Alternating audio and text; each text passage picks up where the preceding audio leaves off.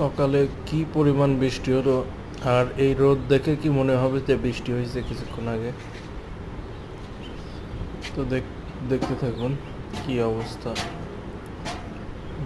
প্রচুর বৃষ্টি হইল সকালে, কিন্তু আবারও একদম রোদ্রে, কড়া রোদ্রে বেরই হওয়া যাচ্ছে না।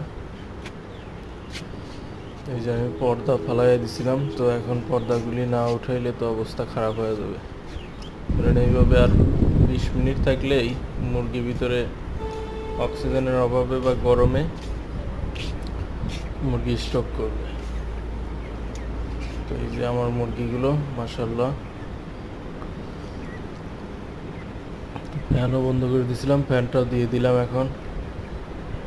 কারণ বৃষ্টি হওয়ার জন্য একটা ঠান্ডা ভাব ছিল, কিন্তু এই রোদ উঠে সব ঠান্ডা ভাব কেটে এখন মনে হচ্ছে যে 40 ডিগ্রি